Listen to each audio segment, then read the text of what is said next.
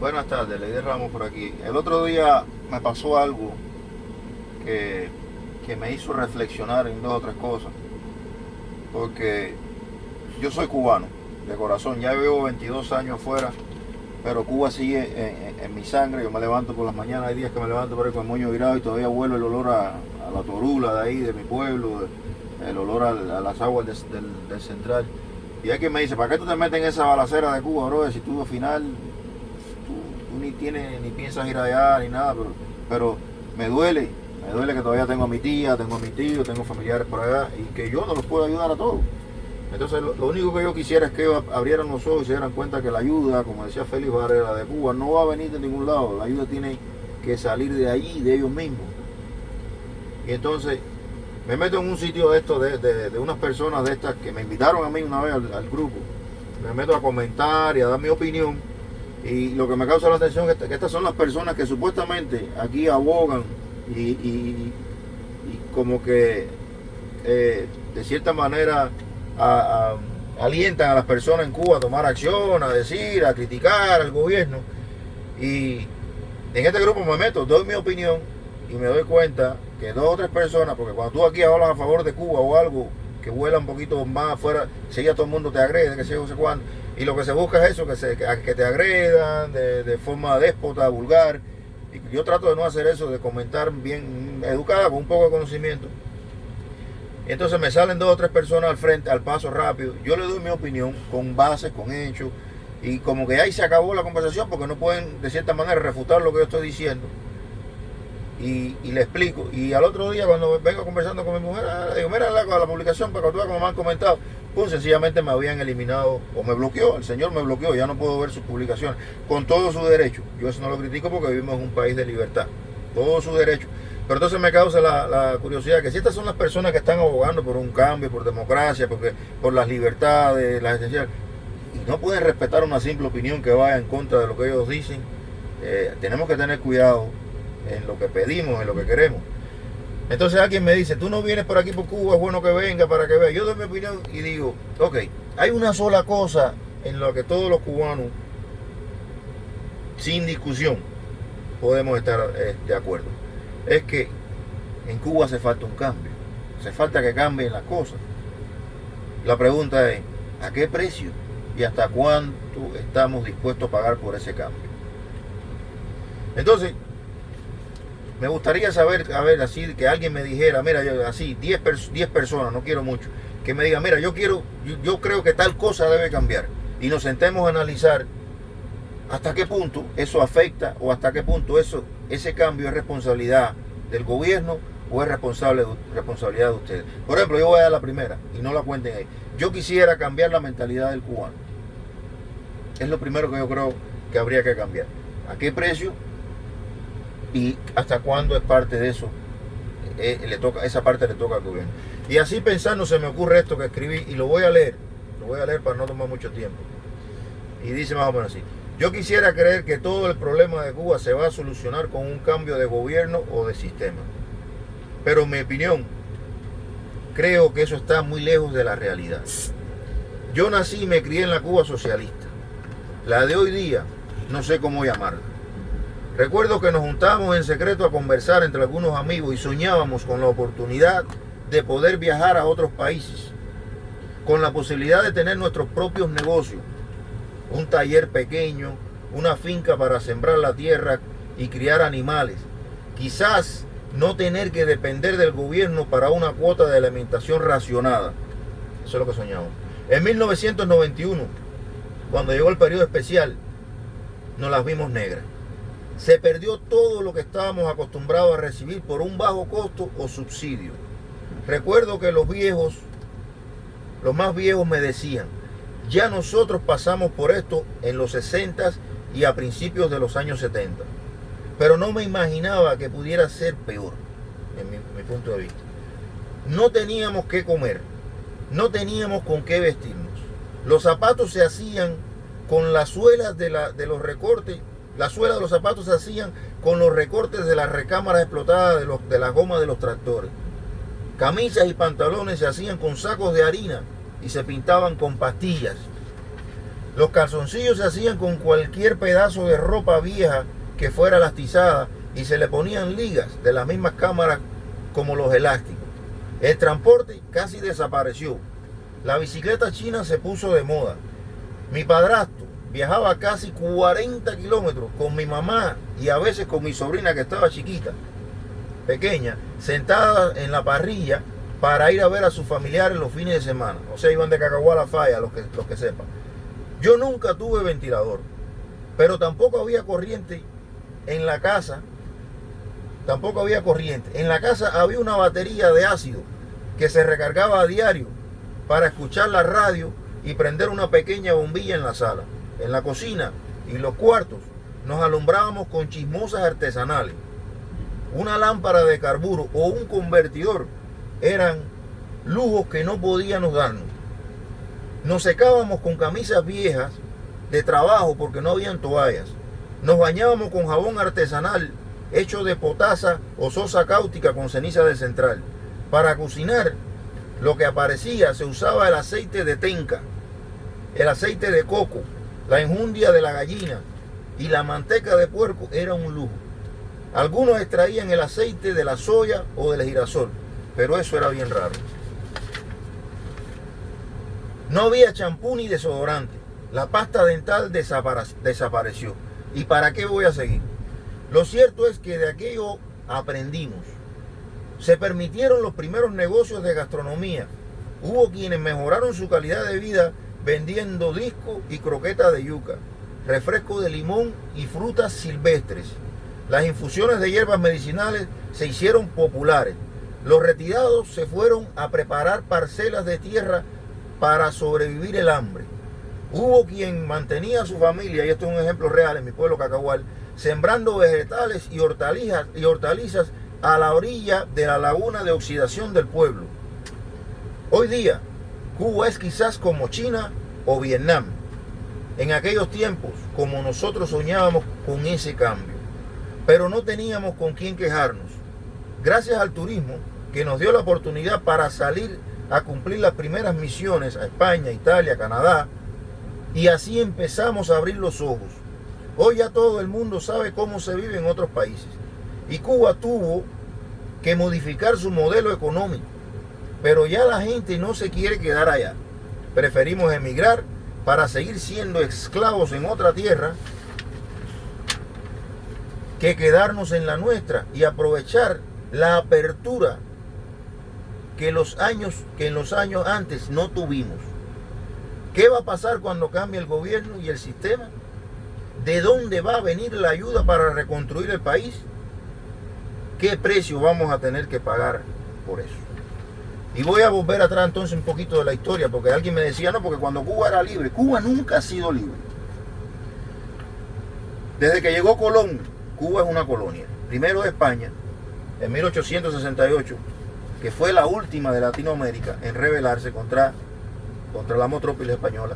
Los mambises hicieron la guerra, hubo una pausa y en 1995 la volvieron a tomar. Pero en 1998 se meten los americanos. Y Cuba, Puerto Rico, Guam y las Filipinas se le venden a Estados Unidos con el Tratado de París por 20 millones de dólares. Los filipinos no se quedaron con los brazos cruzados porque ya pensaron que se había acabado la colonia española, y cuando vieron que llegó otra colonia, al machete de nuevo con los americanos, y en menos de 3 años murieron más americanos en Filipinas que los que murieron en toda la guerra hispanoamericana. Pero los cubanos que aceptamos la nueva colonia nos quedamos tranquilos. El segundo presidente, José Gómez, algo así, no me acuerdo el nombre, tengo que buscarlo, tenía un título que dice: el tiburón se baña pero salpica. Eso fue en 1908, por ahí, el segundo presidente de aquella república, porque antes de eso, del 98 para acá, los estadounidenses, el gobierno americano era el que ponía y quitaba presidente a su antojo, y Cuba respondía a sus intereses. Después tuvimos a Machado en el 20 que también respondía a los intereses americanos.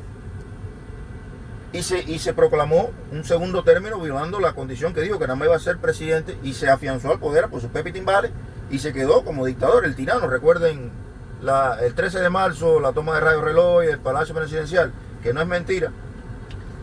Bueno, después de eso llega Batista en el 32, gana las elecciones supuestamente democráticamente, apoyado por el gobierno de los Estados Unidos, y gobierna del 32, 33 adelante. Y entonces ponen la famosa Constitución del 40, bla, bla, bla.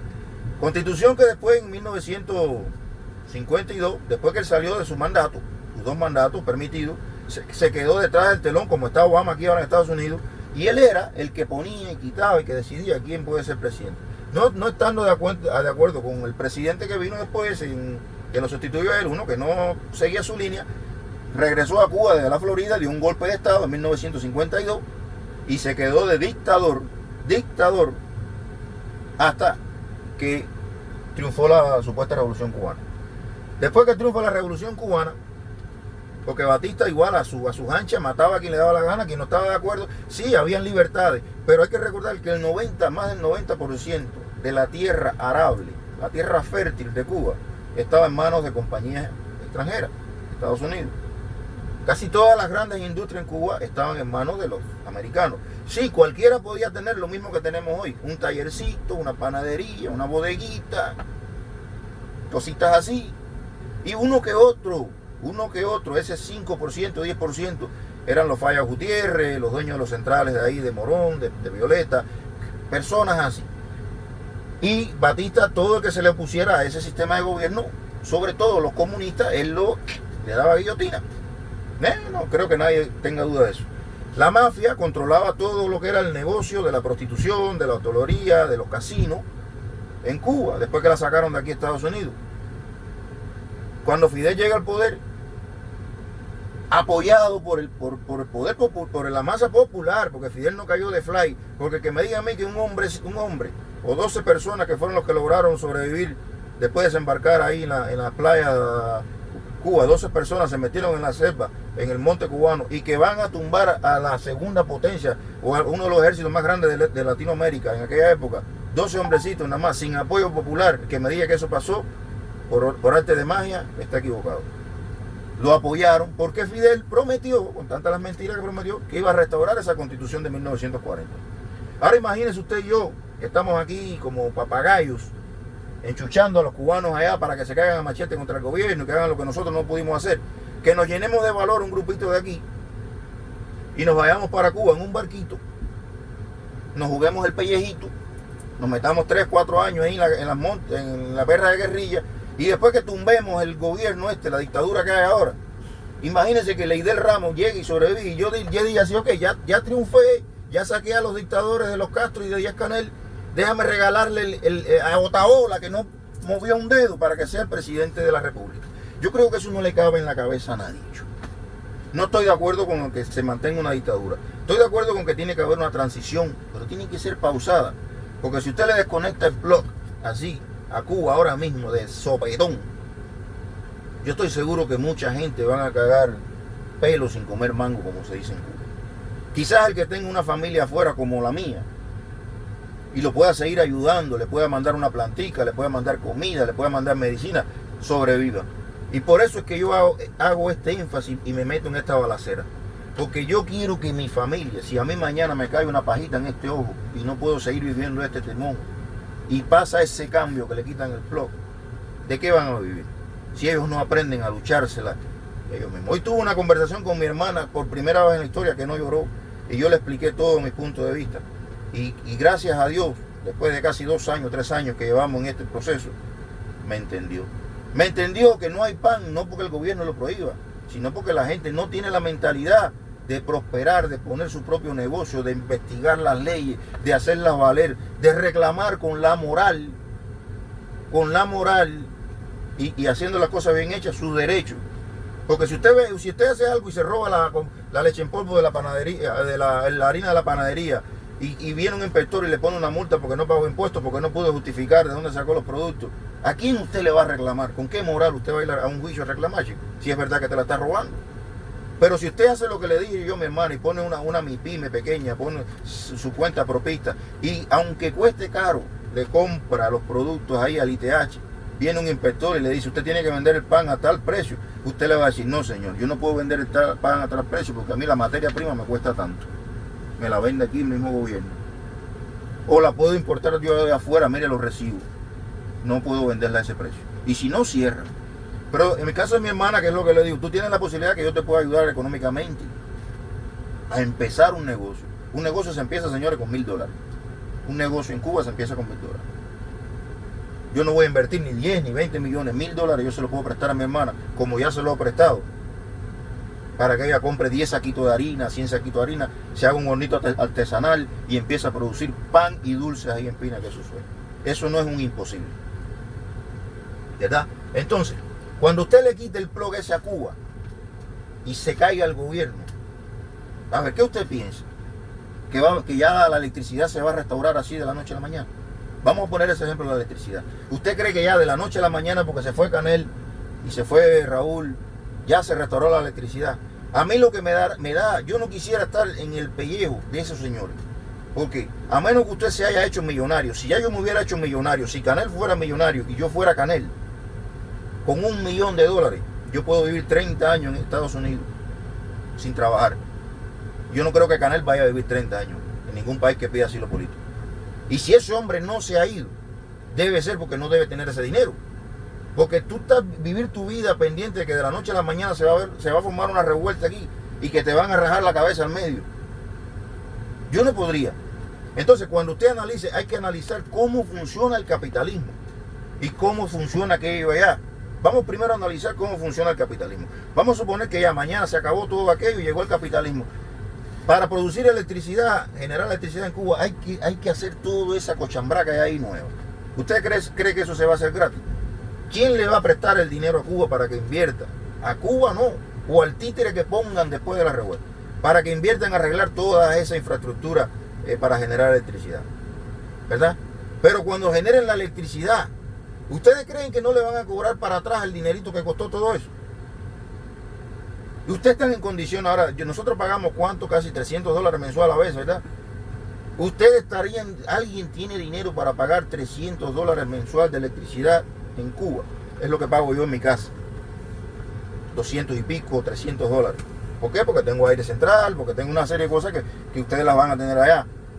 Ustedes creen que ahora mismo el mes más barato mío fueron de $150.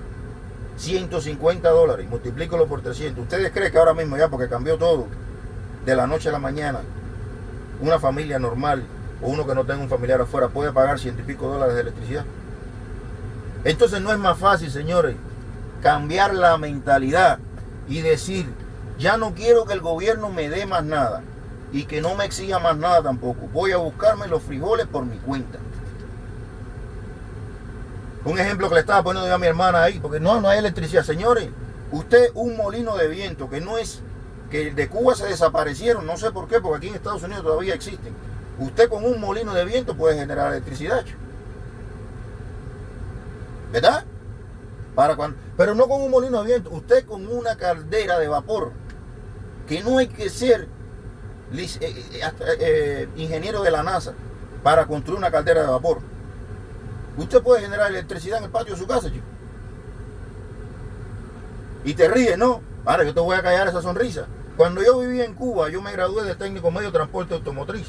Y mi tesis fue, yo convertí un compresor de hino, un compresor de los antiguos hinos, de 2 pistoncitos, en un motor de aire. Esa fue mi tesis. ¿Por qué? Porque tú reviertes el sistema de mecanismo de las válvulas del hino y le pones un tanque a presión, que es la función del compresor, echar aire en un tanque a presión, y ese aire tú lo pasas para atrás y hace rodar a ese compresor, ¿verdad? Entonces no estoy tan loco, eso se puede hacer. Entonces, usted coge un tanque de esos que vienen ahí, como le expliqué a mi hermana, que son para el sistema de freno de un tren, esos que están abandonados ahí en Cuba, y usted hace con eso una caldera y le da candela con leña, con marabú, con lo que sea, hierves el agua y esa presión la almacenas como los antiguos cepelines en otro tanque, y cuando se va la corriente usted vuelve a prender su caldera para volver a cargar, y con la presión que ya tú tienes almacenada usted hace girar un generador de 2000 kilowatts. 2.000 watts, perdón. 2.000, no estamos hablando de 6.000, que es lo que usa una casa con todos los aparaticos puestos. Y en lo que viene, va el Pablo y viene, usted puede generar su propia electricidad en su casa. Y no depende del gobierno para estar, ay, que si no hay. Ya el gobierno no le va a dar más nada a nadie, señores. A más nadie le va a dar nada. El gobierno no tiene ni para, posiblemente, ya el que se iba a ir de Cuba con los millones de pesos ya se fue. Y ya eso está, es un barco que ya le apagaron el motor y lo están dejando que se destarre. Y cuando se destarre, el que va a pagar el precio es usted, que ya los están dejando morir en los hospitales. Mi hermana me dijo, no, yo el otro día me enfermé y no fui al médico porque ¿para qué? Eso por gusto. Yo me metí en Google y busqué yo mismo. Le dije, mi hermana, bienvenido al capitalismo, chica. Yo me pasé años en este país que no podía pagar un seguro médico.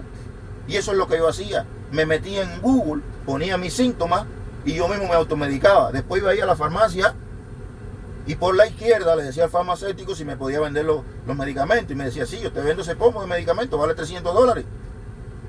O lo tomas o lo dejas. Porque tenía una infección en la garganta que me está matando, un ejemplo. O necesito un medicamento. Ah, como no tiene seguro, vale $300. Se me fue la semana de trabajo. Bienvenidos, señores, al capitalismo. Para que ya se bajen de esa nube. Que cuando aquello se vaya a la deriva, si usted no sabe cómo buscarse la vida, si usted vive en el campo y no tiene un pedacito de tierra para sembrarla, para criar un puerquito, para intercambiar. Ahora mi hermana se enfermó porque tiene plátanos en el patio y se han dado una altera de plátano y el potasio se le elevó. Mi hermana, para eso existe el comercio. Si tú tienes plátano, cámbialo con el que tiene maíz, o con el que tiene tomate, o con el que tiene naranja, y sal adelante. No esperen más nada del gobierno. Espero que esto por lo menos, aunque me critiquen, le habla a las entendederas a más de una persona. Y no quiero extenderme mucho porque ya debemos ir por los 20 minutos, ¿no? Bueno, ponle pausa ahí y vamos a ver si alguien me da algún temita sin darme cuenta de lo que ustedes quisiera que cambiara en Cuba. Ya dije la mentalidad y la electricidad. A ver si depende de nosotros, del gobierno, o tenemos que pedir ayuda extranjera para eso. Muchas gracias por su tiempo.